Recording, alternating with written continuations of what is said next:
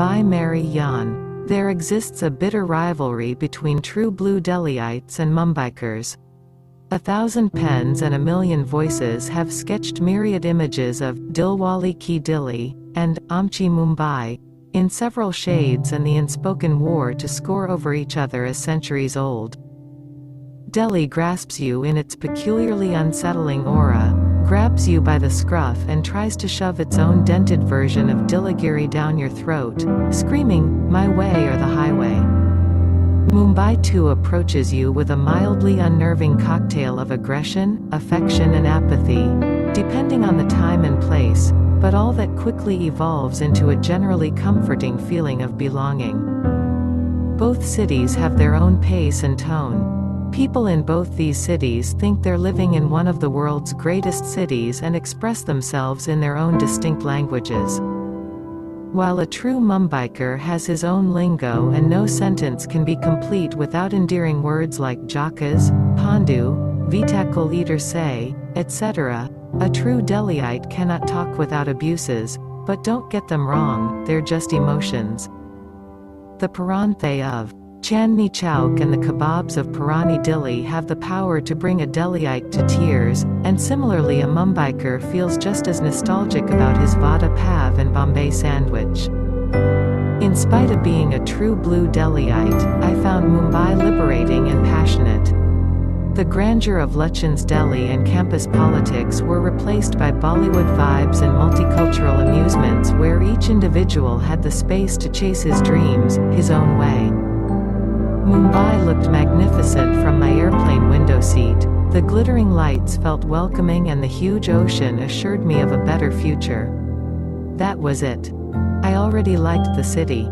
When I finally walked out of the airport, I was greeted by a cacophony of voices and a mass of humanity stretching as far as the eye could see. All pushing, jostling, elbowing and shoving in an attempt to be the first in the queue or making their way to the taxiwalas, which almost qualified as a Superman stunt. The stench of cautious revulsion bordering on misanthropy in the demeanor of those taxiwalas perturbed me, but the instant reminder of Rajiv Chowk metro station during peak hours pleasantly overwhelmed me with a sense of nostalgia for Delhi. Eventually, after frantically searching the rows of identically clad pot-bellied men holding up signs outside the airport, I found someone bearing my name and my company's name. He led me across the road, striding out into the oncoming traffic until we arrived at a battered Swift Desire, which was thankfully air-conditioned. The streets of Mumbai passed by in a blur and I could register that potholes were common on Mumbai streets. Delhi that way has better roads, beautiful parks, more space and people can actually afford to have a bungalow. I was aware that the cost of living in Mumbai was higher and having a roof over your head here was counted as a luxury because half of Mumbai lived in endless rows of slum dwellings with blue tarpaulin-lined roofs or slept on footpaths. But Mumbai has its own charms despite the stark difference in the life it offers to its townies and burbies. Just so you know, townies are the upscale pretentious pricks of South Bombay while burbies are their supposedly less privileged counterparts. They are like siblings who constantly bicker about everything. Finally, we arrived at my new home, an apartment provided by the company, which was basically a shabby building just off a busy intersection in Colaba, one of the most touristy areas in Mumbai. The apartment, which I had to share with 3 other trainees, was close to my office in Nariman Point. I stepped into an ancient, creaking lift which looked like it had not been cleaned in years and entered my shady little apartment.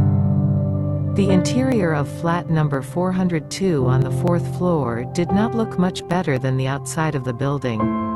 It was furnished simply with a tasteless blend of dark gray curtains and minimal furniture.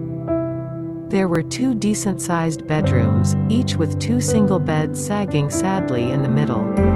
The bathroom and kitchen continued the minimal decor theme. The kitchen was equipped with a 4-burner gas, some basic provisions and a fridge that hummed loudly. The small microwave oven was a surprise though. All in all, nothing too fancy, nothing too pathetic. I was not in a position to expect more. The silver lining was that I got to choose my bed and cupboard. I dumped my stuff onto the corner bed near the window, which looked right over the Arabian Sea. I could see miles and miles of ocean right from my bed. I grinned. It was good that I arrived before the other roommates. I was glad I was in Mumbai. I had a job and a flat. This was the start of my shiny new life and adulthood beyond the limitations of college life. I fell asleep to the chorus of dogs barking and horns beeping below. Colaba was a busy neighborhood. I woke up to a bright cerulean sky, cloudless and luminous in its intensity, and an excellent ocean view. I freshened up, buttered a piece of bread which I had along with a boiled egg, and instantly missed my mother. I made an attempt to wash my hair and pulled it back into a ponytail. I donned my newly bought pencil skirt along with a white formal long-sleeved shirt, which I was told was the unofficial dress code of Mumbai corporate girls. The pointed pumps added to the overall charm of the corporate attire. This was going to be the first of many days of office. I tried to contain the feelings of excitement as well as nervousness that were bubbling up inside me.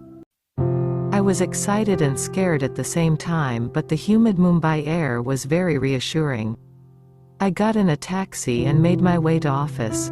The roads were packed, traffic was bumper to bumper, and crowds thronged the streets. Everybody was in a rush to reach their destinations. Mumbai certainly has a faster pace than Delhi. I smiled at my spontaneous reaction of comparing everything in Mumbai to Delhi. My thoughts were interrupted as the taxi screeched to a stop right outside a magnificent office building on Marine Drive in Nariman Point. It was a huge 20-story commercial tower built in a very impressive manner, the corporate headquarters of the company in India. When I entered the lobby and completed all the formalities, there were already 25 freshers, all looking lost. The GET or graduate engineering trainees were put together for further training with the sole purpose of transforming the unpolished and unsophisticated students into hardcore suave professionals. That was a huge blow to our egos and feelings of independence. Most of us had assumed we would have shiny little glass door cabins with piles of files awaiting our magical skills. The HR employees projected smug smiles with complete foresightedness in their eyes about our bleak future. We were enrolled for a structured program so that we could decide on our real strengths and career goals. Then the management would evaluate our orientations and slot us for the right roles. And it all seemed like a long time before we would have our own cabins. Life can be tragic sometimes. We were introduced to countless people, shown various areas in the office buildings, and provided loads and loads of office manuals on day one. It passed in a blur with a little window of a 15-minute break for lunch, during which I quickly met my roommates. I briefly told them about the sad state of the building, lowering their expectations immediately. They all came from small towns in India with high expectations and unreasonable hopes for Mumbai. After all, the rest of India looks upon this financial capital in awe. We were all from North Indian states, except Swami, who was from Kerala. Nidhi was an Ishan from Kharagpur, Dipti belonged to lovely professional university Punjab, Gaurav was from NIT Jamshedpur, and I was from Delhi College of Engineering. After the lunch break, the instructors asked us to form small groups of 4 to 5 people. We would work in teams. Nidhi, Dipti, Gaurav, Swami and I quickly formed a team. At the end of the workday, all of us except Swami, who was allocated another place, came back to the apartment. Gaurav was asked to share a room with us girls. It was a bit awkward for a small town boy like him. We assured him that we would suppress our lust and longing for him as much as possible and try our best not to attack his honor. Then we ended up laughing hysterically for at least half an hour while Gaurav went back to his room shyly.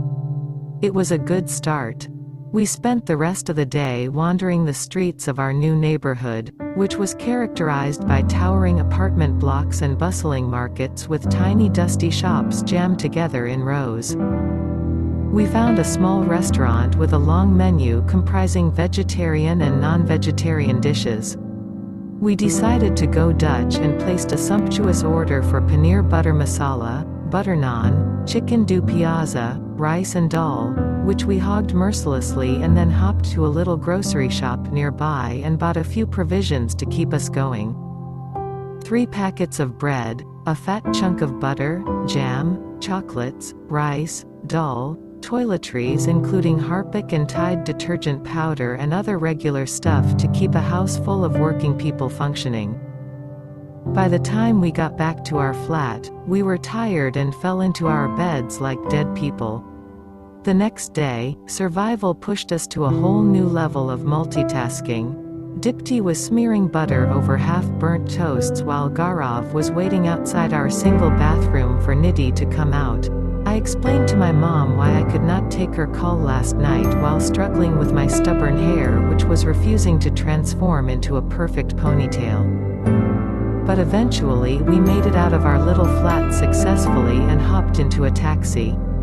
While I grabbed the window seat, Gaurav and Nidhi were explaining to their parents that the challenges of the new job was why they hadn't been taking calls from home. Dipti, being the smartest one, spent the entire 20-minute ride napping.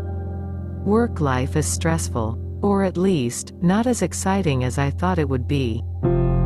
Damn, all those Hollywood movies where the damsel meets her warrior in a corporate suit and their love life starts with a bang. Shit. Speaking of warriors, I was again reminded of Virat, but I shook my head vigorously to register my protest against that rebellious thought and that name which had nothing to offer but agony. I had already spent many sleepless nights and meaningless days thinking about him, when he was nowhere to be found. Why did he ever come to me? I had been happy, at least content with my life. And now? A weird numbing sense of expectation from a stranger who never meant anything clouded my days. No, not him again. I have to focus on my career. There was absolutely nothing happening on the job front. The Human Resource Department was on some sort of secret mission of tormenting the newly recruited trainees as long as we were in their grip. Every day our pride at being employed there was being replaced slowly by a feeling that we were slaves. Our jobs ranged from bringing coffee for HR to attending to their daily grocery needs to working on their PowerPoint presentations and Excel spreadsheets. No assignment was given to us even in 2 months, and we were subjected to regular quizzes and surprise tests evaluating our various technical and interpersonal skills just like in college. Swami being the nerd that he was turned out to be the brightest star of our batch of newly joined employees. He was the only one memorizing the pile of boring manuals thrown at us. Though his popularity among HR guys was directly proportional to the hatred among the trainees, it did not bother him an ounce. Some genius from the HR department came up with the very original idea of introducing morning yoga to our batch, which looted its peace. They believed yoga would help us focus better, gain confidence and strengthen our corporate ethics. Once we also swept the streets in the Dharavi slums as an initiative by our company's Swak Mohalla Abhiyan. The head honchos of the company truly believed it would connect us with the locals. But we saw them laughing at us while we collected garbage with constipated looks on our faces. One 5-year-old kid even had the audacity to pee openly on our collected garbage and run away instantly. Don't believe in shining India ads. It's not all that easy. Though the corporate managers of various departments were supposed to participate, at the last moment, they decided to send the batch of new trainees to help them gain some exposure to community services. They knew we had no way out but to dance to their beats. Also, it is important to mention here, while we acquired the status of Sharma Ji Ka Beta back home finally, we did everything our parents and relatives never imagined we would. In short, life sucked. But there was a silver lining amidst the black clouds. We grasped the pulse of the city and loved every moment in Mumbai.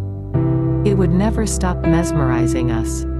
The Belpuri at Back Bay, the Gola at Chowpatty, the Pav Bhaji at Mumbai Central Station, the kebabs at Baikula, are not just food but the yearning of the hard-working souls of this vast city. Bandra Bandstand, Worli Seaface, Chowpatty and Gateway of India are not just beaches and seashores but the very identities of this great city. And the monsoons? Monsoons make Mumbai lively. Colaba was pretty close to our office and a happening locality in Mumbai, always bustling with something or the other. Street shopping was as much fun as shopping in sky-high shopping malls which were scattered all across the city. Mumbai's markets are full of life and tourists from all around the globe. The Gateway of India, Taj Palace, Café Mondegar and Leopold Café not only represent a la mode Mumbai but also speak of the grand renaissance Mumbai has witnessed. The coffees at Leopold and sandwiches at Mondegar were our staples. It was fun to live in that part of the city and walk on the compact pavements of spirited Colaba. Just when we were on the verge of breaking down, HR assigned us our projects and respective departments. The dark days of corporate slavery finally ended. We were relieved. Nidhi and the gang made grandiose plans to celebrate our newly acquired freedom. No more coffees at Leopold, we needed a swanky celebration. The Taj Palace Hotel topped the chart for our preferred places to visit. It was expensive but we all had some money by then and we wanted to make our night special. We locked down on the Taj,